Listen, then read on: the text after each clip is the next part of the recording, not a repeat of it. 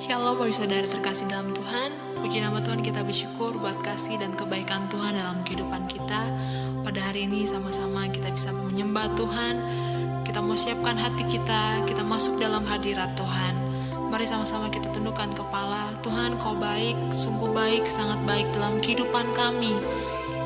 Hari demi hari kami lihat kebaikan yang Tuhan lakukan dalam kehidupan kami. Kami melihat penyertaan Tuhan yang begitu luar biasa dalam kehidupan kami. Pada hari ini Tuhan, kami sama-sama datang di hadirat-Mu walaupun kami berada di tempat yang berbeda. Tapi kami percaya Tuhan akan melawat setiap kami. Tuhan akan melawat keluarga kami. Terima kasih Tuhan Yesus, terima kasih Bapa. Kami rindu menaikkan pujian di hadapan Kau Tuhan, bahwasannya sungguh besar kasih setia-Mu dalam kehidupan kami.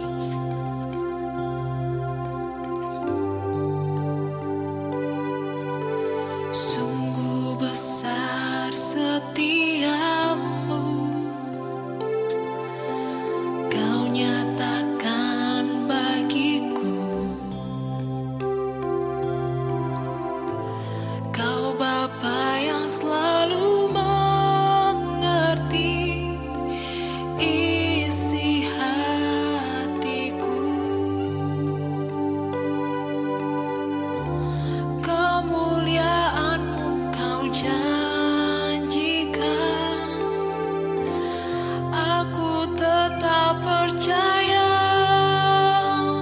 Ku percaya janji-Mu ajaib terukir dalam kehidupanku. Ku berserah di dalam kekuatanku. Ku percaya.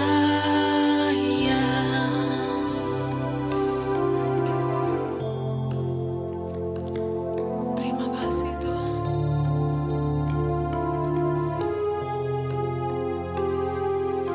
Sungguh besar setia-Mu, Kau nyatakan bagiku. Kau Bapa yang selalu mengerti isi hatiku. Kemuliaan-Mu Kau janjikan, aku tetap percaya. Ku percaya janji-Mu ajaib terukir dalam kehidupanku. Ku berserah di dalam kekuatanku. Hanya Kau segalanya bagiku. Ku percaya janji-Mu ajaib terukir dalam kehidupanku. Ku berserah di dalam kekuatanku. Hanya Kau segalanya bagiku. Ku percaya janji-Mu ajaib terukir dalam kehidupanku. Ku berserah di dalam kekuatanku. Ku percaya.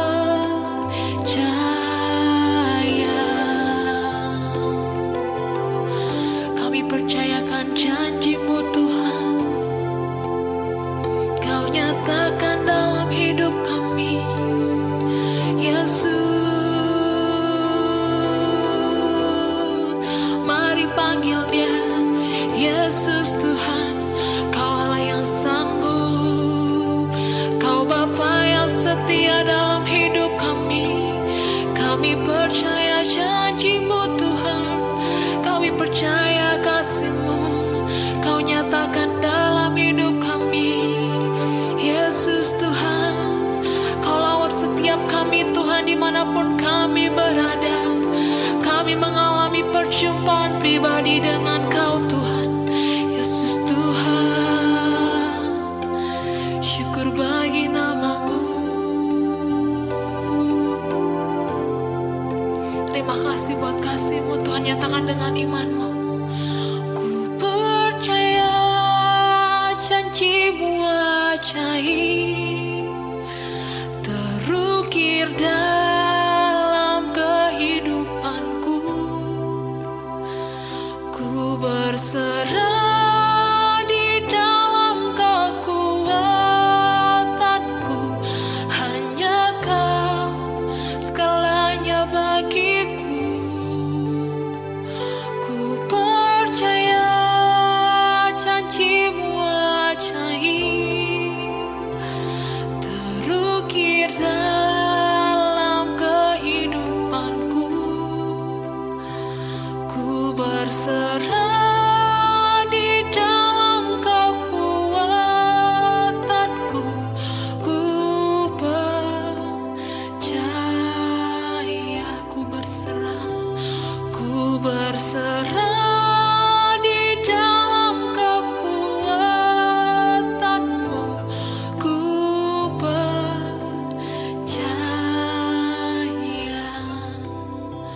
Tuhan Yesus, seperti pujian yang telah kami naikkan di hadapan-Mu, kami percaya Tuhan akan janji-Mu dalam kehidupan kami. Kami percaya akan kuasa kebangkitan-Mu dalam kehidupan kami. Tuhan Yesus, Kau yang lawat kami, Kau yang suci kuduskan kami Tuhan dimanapun kami berada. Pada saat ini kami mau siapkan hati kami untuk mendengarkan kebenaran firman-Mu. Kau yang lawat setiap kami Tuhan, Kau urapi setiap kami. Terima kasih Bapa, terima kasih Tuhan Yesus.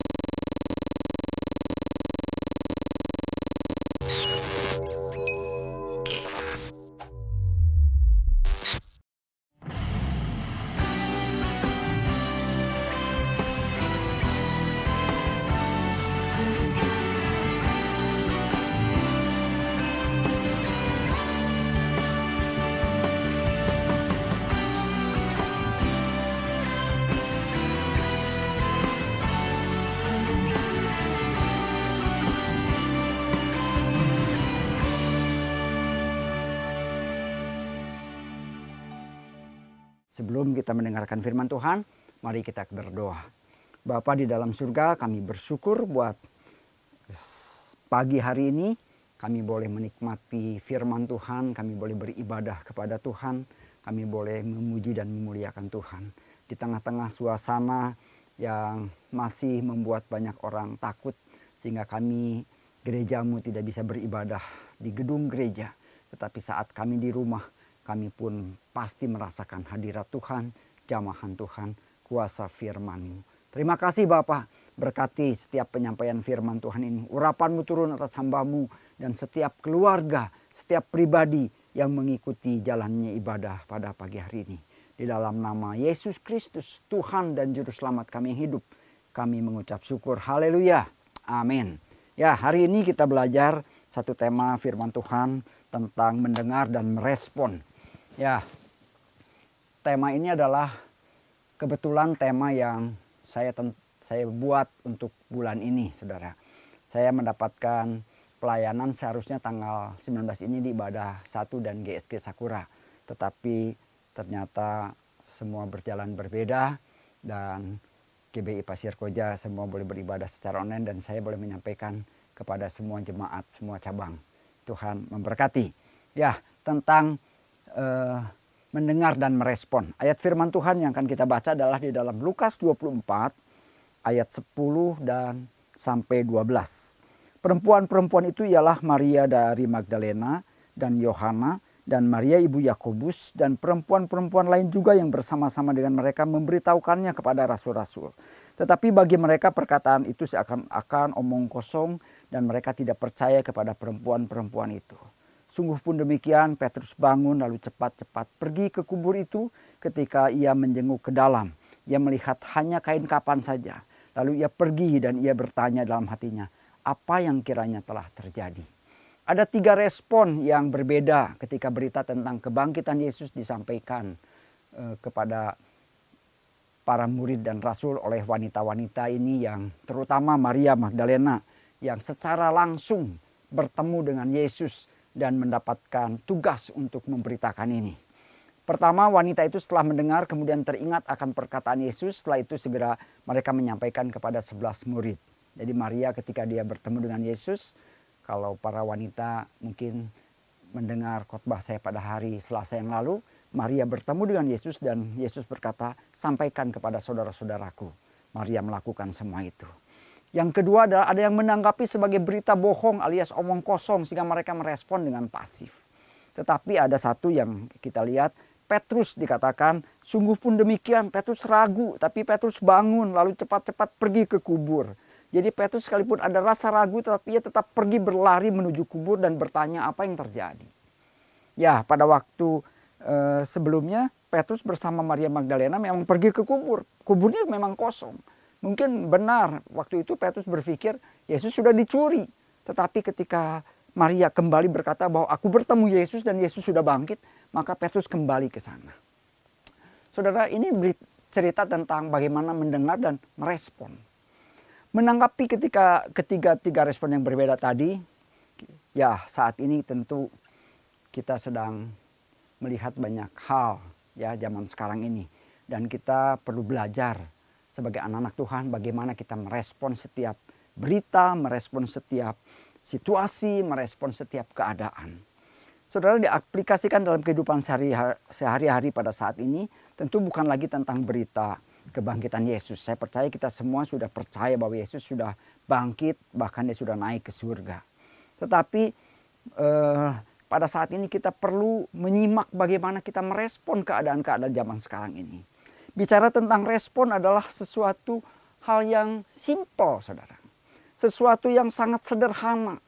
Tetapi ketahuilah saudara, sadarkah kita bahwa sesuatu yang sederhana, sesuatu yang mendasar, namun pernahkah kita sadar itu bahwa kekuatan dasar menentukan kekuatan sebuah ketinggian. Ya, berulang kali saya pergi ke Jakarta, saya melihat bagaimana membangun jalan layang, ya. Sebelumnya itu digali jalan itu begitu dalam, kemudian dibuat pondasi yang sedemikian kuat, dibiarkan sekian lama supaya terbentuk satu kekuatan, baru di atasnya dibuat jalan itu. Ya, kemudian juga di situ ada gedung Meikarta itu, ya saya lihat bagaimana pondasi dibuat sekian lama. Kembali kemarin saya baru lewat lagi, ternyata sudah berdiri bangunan yang kokoh, yang tinggi. Semua tergantung kepada dasar, saudara, pondasi. Respon bicara tentang hal yang mendasar. Oleh sebab itu penting sekali, saudara. Penting sekali di dalam kehidupan kita. Salah satu panggilan kita sebagai orang percaya adalah membuat perbedaan. Satu ayat kita akan baca di dalam Efesus pasal yang keempat, ayat 7, 17 dan 18. Sebab itu kukatakan dan kutegaskan ini kepadamu di dalam Tuhan. Jangan hidup lagi sama seperti orang-orang yang tidak mengenal Allah dengan pikirannya yang sia-sia. 18 dan pengertiannya yang gelap, jauh dari hidup persekutuan dengan Allah karena kebodohan yang ada di dalam mereka dan karena kedegilan hati mereka. Saudara, jangan hidup lagi sama. Artinya kita harus hidup berbeda dengan hidup orang lain. Sebagai anak Tuhan yang memiliki terang Kristus, tentu kita harus berbeda dengan orang-orang yang masih hidup dalam kegelapan. Tugas kita, keberadaan kita salah satunya adalah sebagai orang percaya dalam membuat perbedaan. Sebagai anak-anak terang kita harus memiliki respon yang berbeda dengan orang yang hidup dalam kegelapan. Dalam merespon kehidupan, merespon setiap persoalan, merespon setiap hal yang terjadi di sekitar kita. Kalau mereka pesimis dan kita pesimis, apa bedanya, saudara? Kita harus berbeda, kita harus optimis. Kalau mereka mengeluh, kita harus bisa bersyukur. Cara kita merespon situasi dunia ini harus berbeda dengan cara mereka. Karena dalam diri kita telah ada terang Kristus. Sesuatu yang buruk terjadi kepada orang benar, kepada orang baik. Saudara, pertanyaan yang muncul adalah bukan kenapa itu bisa terjadi. Tetapi yang muncul adalah seharusnya kenapa mereka bisa bersikap seperti itu. Ketika terjadi sesuatu masalah yang buruk dalam hidup mereka. Karena mereka orang baik. Dan kenapa mereka dikatakan orang baik? Karena mereka merespon dengan berbeda, saudara. Situasi tidak bisa kita atur. Tetapi cara kita merespon situasi yang ada di sekitar kita, itu yang akan membuat kita dianggap berbeda. Kita tidak bisa menutup mulut orang untuk berbicara. Tetapi kita bisa merespon berbeda ketika orang berbicara sesuatu kepada kita. Itu adalah hak kita dan itu ada dalam kendali kita. Apalagi zaman sekarang, orang menulis, memberikan tanggapannya hanya dengan 2 jari. Lebih sulit lagi kita menghalangi mereka atau menjagai mereka supaya mereka tidak melakukan itu. Tapi cara respon kita, itu yang akan membuat kita berbeda. Karena kita memiliki sesuatu yang berbeda dari mereka, yaitu kita memiliki Yesus. Oleh karena itu mari kita miliki cara merespon yang berbeda. Kalau ingin mengalami sesuatu yang berbeda, kita harus merespon dengan cara berbeda. Saudara, anak-anak ketika dia merespon apa yang diminta oleh orang tuanya, maka itu akan terjadi seperti yang dia lakukan, saudara. Misalnya, seorang anak diminta suruh cepat mandi. Kalau dia dengar, tapi dia tidak melakukan, maka ibunya mungkin akan bicara lebih keras lagi. Tidak dilakukan lagi, mungkin ibunya akan datang dengan sapu dan dipukul. Jadi respon kita itu akan menentukan apa yang kita akan dapat berikutnya, saudara. Ketika kita merespon dengan baik, maka sesuatu yang baik akan terjadi.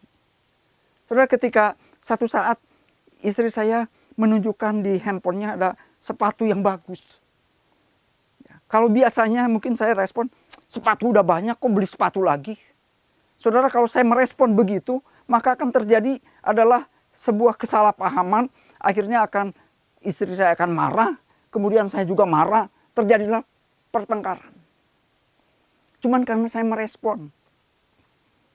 Tapi kalau saat itu saya merespon, oh ada sepatu bagus, coba lihat. Mana sepatunya? Oh gini-gini. Oh iya. Itu akan aman, saudara.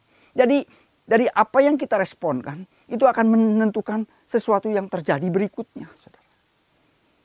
Jadi hati-hati dengan cara merespon. Merespon ketika seseorang bicara, bagaimana kita merespon? Kalau kita langsung meledak, saudara, maka akan terjadi pertengkaran.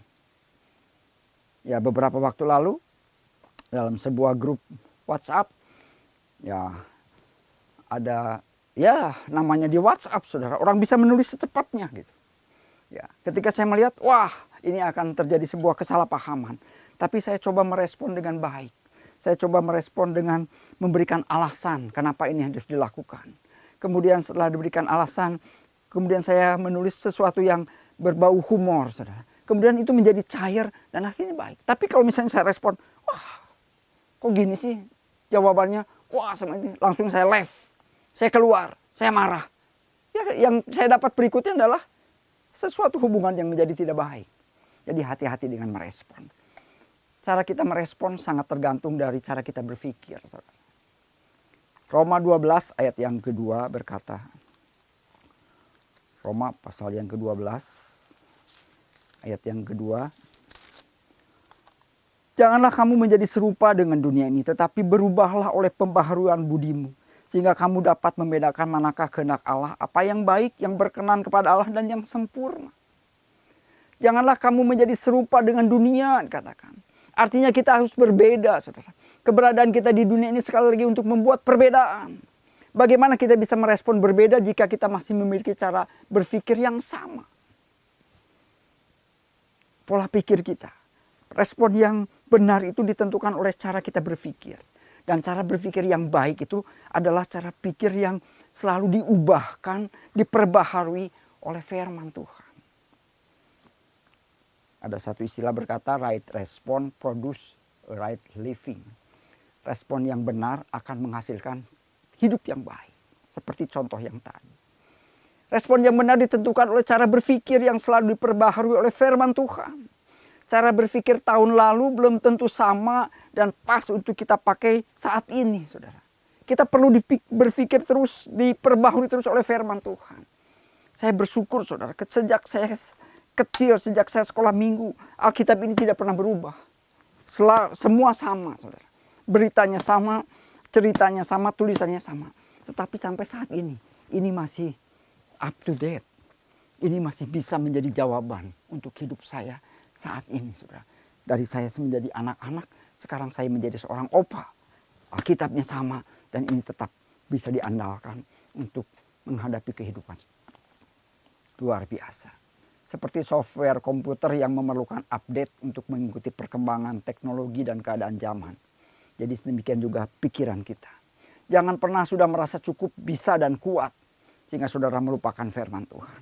Perbaharui terus dengan firman Tuhan yang selalu relevan, yang untuk bisa melindungi pikiranmu dari serangan pengaruh informasi yang salah dan menyesatkan. Efesus 2 ayat yang ke-13. Efesus 2 ayat yang ke-13 berkata, tetapi sekarang di dalam Kristus Yesus, kamu yang dahulu jauh sudah menjadi dekat oleh darah Kristus. Beberapa waktu lalu kita memperingati kematian Yesus di kayu salib dalam ibadah Jumat Agung. Darah Yesus tercurah, tubuhnya dihancurkan. Saudara, dikatakan di sini, oleh karena darah Yesus, kita yang tadinya jauh menjadi dekat. Kalau kita sudah berada di dalam Yesus, berarti kita mengalami perubahan dari yang tadinya jauh, sekarang menjadi dekat. Saudara, semakin Anda dekat dengan seseorang, maka saudara akan semakin tahu jalan pikirannya, saudara semakin tahu kehendaknya, saudara semakin akan tahu responnya ketika saudara melakukan ini dan melakukan itu. Kalau jauh kita hanya akan berasumsi, saudara. Kita hanya akan mengira-ngira, oh kayaknya akan begini, kayaknya akan begitu. Tapi kalau kita tahu dan kita dekat, kita kenal, maka saya percaya saudara akan tahu jalan pikirannya. Respon yang akan dia lakukan ketika kita melakukan sesuatu. Saudara, kita tadinya jauh daripada Tuhan karena dosa. Tetapi karena darah Kristus yang kita peringati pada Jumat Agung, kita sudah menjadi dekat dengan pribadi Kristus. Oleh karena itu saudara, kalau kita dekat, mari semakin tahu jalan pikiran Kristus. Mari kita semakin tahu apa yang Yesus akan lakukan ketika kita menghadapi persoalan ini. Saudara, saat kita jauh tidak mengerti jalan pikirannya.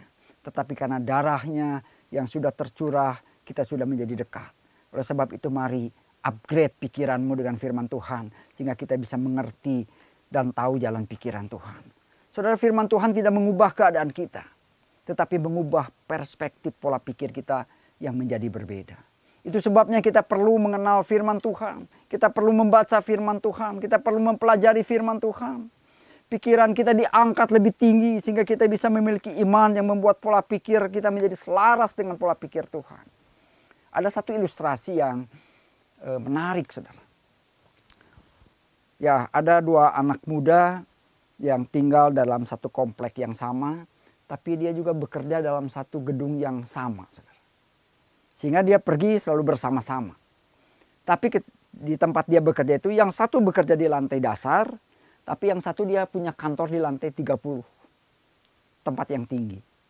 Ya, jadi satu di lantai dasar, tapi yang B itu dia kantornya itu di lantai 30.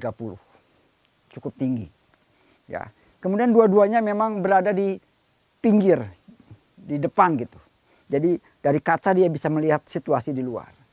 Satu hari yang A yang di bawah itu, maksudnya yang B yang di atas telepon pada saat jam kerja sudah selesai sekitar jam 5 lebih gitu, dia telepon. Ayo kita pulang. Udah selesai belum kerjanya? Oh udah beres. Ya tinggal bentar lagi lah paling. Ayo kamu turun pun beres. Tapi kamu lihat nggak di luar? Itu macet jalan. Macetnya nggak ketulungan. Wah dari tadi saya lihat begitu macet. Buat apa pulang? Lebih baik kita ke kantin aja, kita ngobrol, kita ngopi. Ya kamu nggak lihat ini keadaan begitu macet.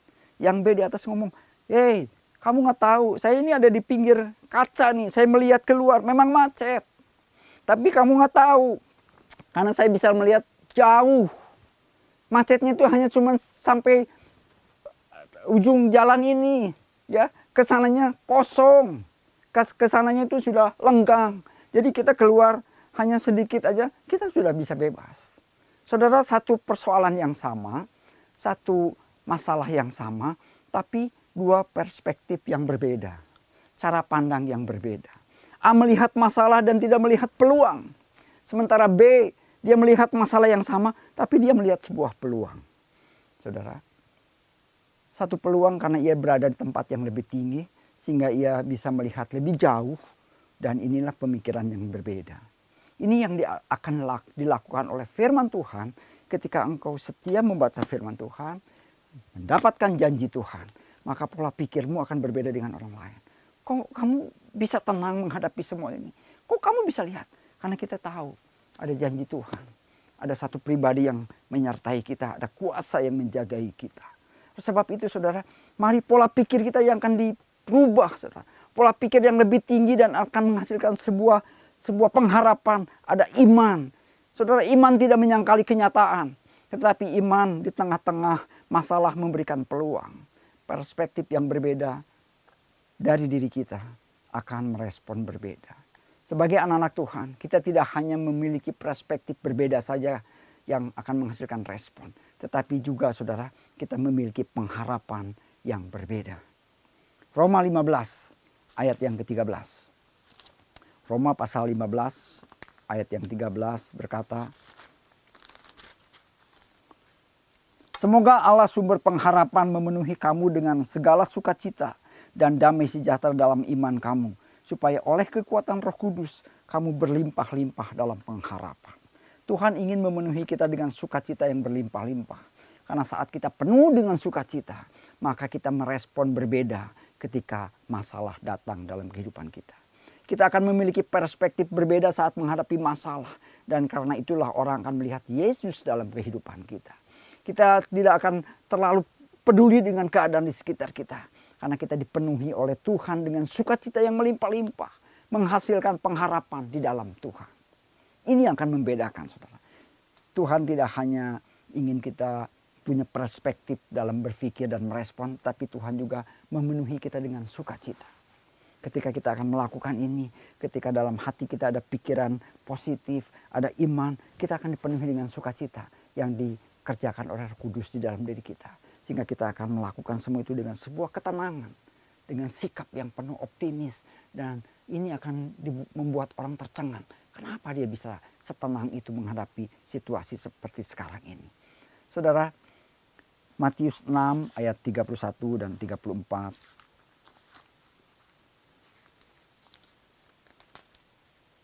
Matius 6 ayat 31 sampai 34 berkata seperti ini. Sebab itu janganlah kamu khawatir dan berkata, apakah yang akan kami makan, apakah yang akan kami minum, apakah yang akan kami pakai. Semua ini dicari bangsa-bangsa yang tidak mengenal Allah. Akan tetapi Bapamu yang di surga tahu bahwa kamu memerlukan semuanya itu. Tetapi carilah dahulu kerajaan Allah dan kebenarannya, maka semuanya itu akan ditambahkan kepadamu. Sebab itu janganlah kamu khawatir akan hari besok. Karena hari besok mempunyai kesusahannya sendiri. Kesusahan sehari cukuplah untuk sehari. Tuhan mengharapkan kita memiliki perbedaan dengan cara dunia memandang tentang apa yang akan dimakan, apa yang akan dipakai. Karena semua yang sedang dikhawatirkan oleh dunia. Justru itu yang Tuhan sediakan kepada anak-anaknya yang mendahulukan kerajaan Allah. Ya, oleh sebab itu dianjurkan anak-anak Tuhan tidak perlu panik dan membeli banyak barang, banyak makanan dengan begitu melimpah karena kita khawatir satu saat kita kelaparan. Jangan takut, ya. Saudara boleh beli secukupnya, saudara bersiap-siap, tapi saudara melakukan itu dengan hikmat yang daripada Tuhan. Kita tidak perlu khawatir, kita tidak perlu takut. Ya, kerajaan Allah itu bukan soal makan dan minum dikatakan di dalam Roma 14 ayat 17. Tetapi soal kebenaran, damai sejahtera, dan sukacita oleh Roh Kudus. Kerajaan bukan soal makanan minuman, saudara.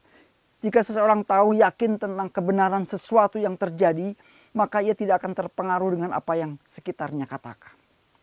Dan kerajaan Allah dikatakan tadi bukan soal makan minum, tapi soal kebenaran. Siapa yang mencari kebenaran Allah, maka dia akan tenang di dalam kehidupannya. Tidak akan dipenuhi dengan rasa khawatir. Tapi ada damai sejahtera. Kalau kita tahu sesuatu kebenarannya, maka kita akan tidak akan terpengaruh. Satu saat saudara lagi di jalan dibilang, di depan ada kebakaran, di depan ada kerusuhan. Tapi kita tahu nggak terjadi tuh, nggak ada apa-apa tuh. Kita yakin itu nggak ada apa-apa. Barusan saya telepon dengan seseorang yang ada di daerah situ, nggak ada apa-apa kok. kita tahu kebenarannya, maka kita tidak akan terpengaruh dengan apa yang dikatakan orang. Mungkin orang akan berbalik arah, wah akhirnya jadi tabrakan karena takut dengan berita itu. Kalau kita tahu itu tidak ada apa-apa, ya saudara, betapa penting kita tahu kebenaran. Kita mengetahui pasti tentang kebenaran, dan kebenaran hanya didapat dari firman Tuhan. Ya, firman Tuhan itu mari kita cintai, kita baca dan renungkan.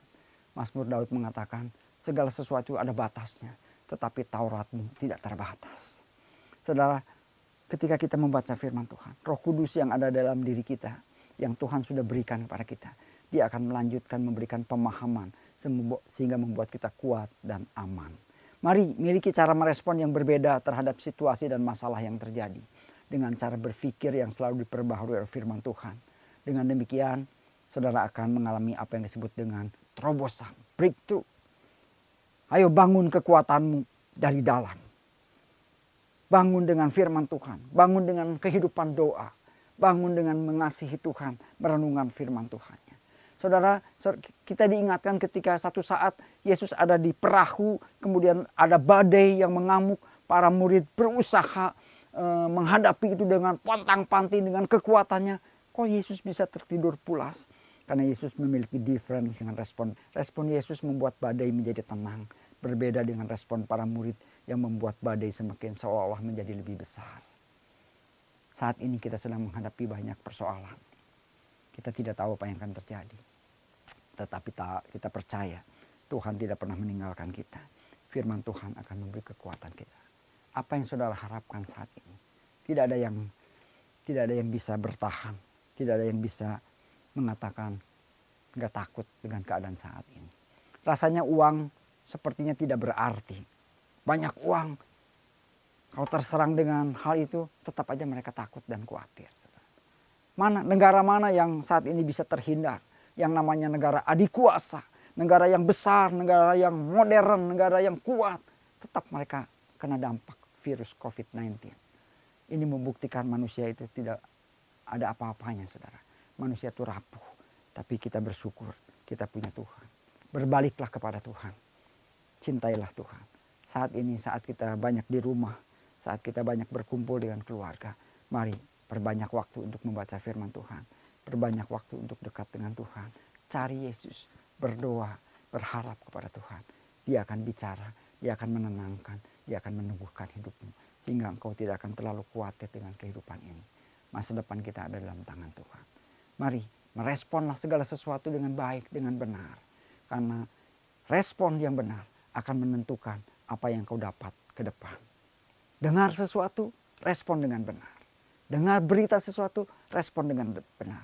Dan respon yang benar sekali lagi didapatkan dari pola pikir yang berbeda. Pola pikir yang diperbaharui oleh firman Tuhan. Itu yang akan menghasilkan respon yang berbeda.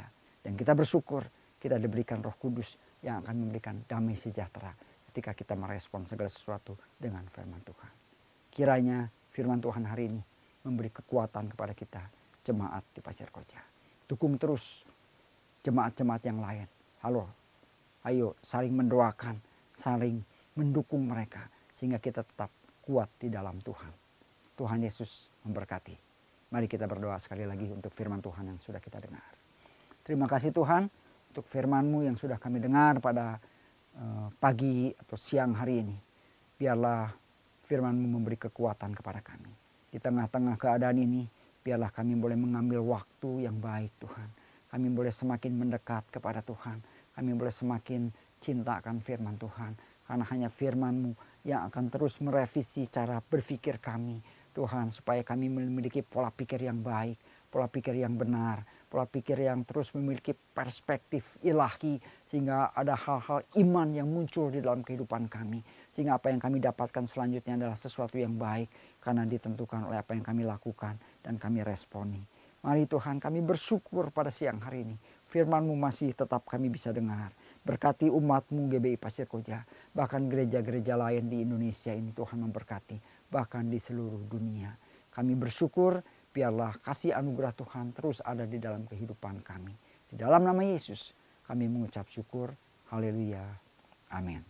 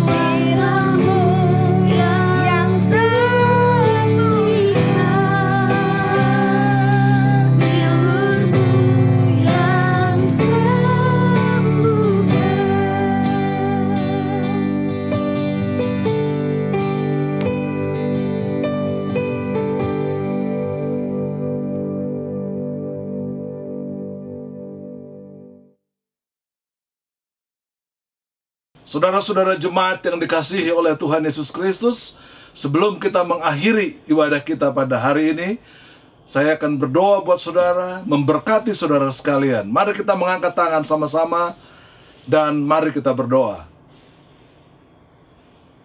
Tuhan memberkati dan melindungi engkau sekalian. Tuhan menyinari engkau dengan wajah-Nya dan memberikan kasih karunia-Nya. Tuhan menghadapkan wajah-Nya dan memberikan kepada engkau sekalian damai sejahtera. Pulanglah kekasih-kekasih Allah, karena kasih karunia dari Allah Bapa di sorga, cinta kasih Tuhan Yesus Kristus, dan persekutuan Roh Allah yang kudus menyertai saudara sekalian hari ini dan terus kekal sampai Maranatha. Tuhan Yesus datang pada kali yang kedua. Haleluya. Amin.